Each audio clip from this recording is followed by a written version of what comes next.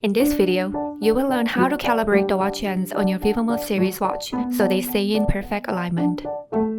Alignment of the watch hands may be necessary after intense workout or a few months of normal use. To align the watch hands, you can calibrate it easily using the Garmin Connect App. First, open the Garmin Connect App. Then, select device icon at the top. Select hand alignment. The watch hands will move to certain position. Now you can align the minute hand on your watch to 12 o'clock by rotating wheel or using plus and minus buttons.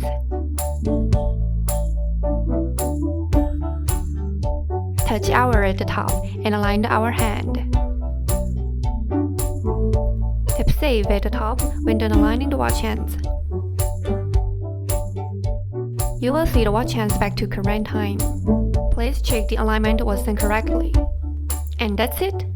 For more tips, subscribe to the Garmin channel or click another video to keep watching.